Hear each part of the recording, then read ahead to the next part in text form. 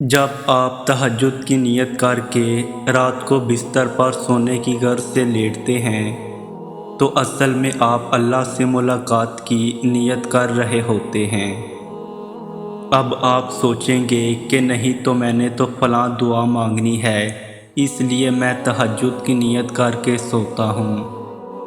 لیکن کیا آپ نے کبھی یہ نہیں سوچا کہ آپ اگر اپنی دعاؤں کی قبولیت کے لیے تہجد کی نیت کر رہے ہوتے ہیں تو یہی سوچ کر رہے ہوتے ہیں تاکہ اس پہر میں اللہ ہمارے سب سے زیادہ قریب ہوتا ہے۔ آپ یہی سوچ کر تہجد کی نیت کرتے ہیں تاکہ اس پہر میں اللہ کو اپنے بندے کا مانگنا بہت پسند ہے، تو میں بھی اللہ سے اس وقت مانگوں گا تاکہ اللہ کو میرا مانگنا بھی پسند آ جائے، اور صرف اس نیت سے آپ اللہ کے قریب ترین آ جاتے ہیں۔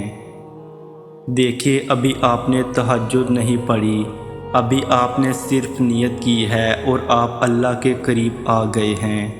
تہجد پڑھیں گے تو کیا کیفیت ہوگی؟ جب کوئی ٹوٹ کر تڑپ کر اسے پکارتا ہے تو وہ اس کی ساری دعائیں قبول کرتا ہے۔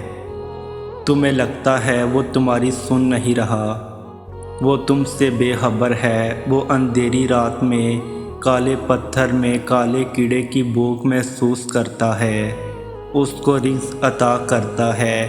کیسے ممکن ہے وہ تم سے 70 ماؤں سے بڑھ کر پیار کرنے والا تمہاری دعاؤں پہ قبولیت کی مہر لگانے لگے گا؟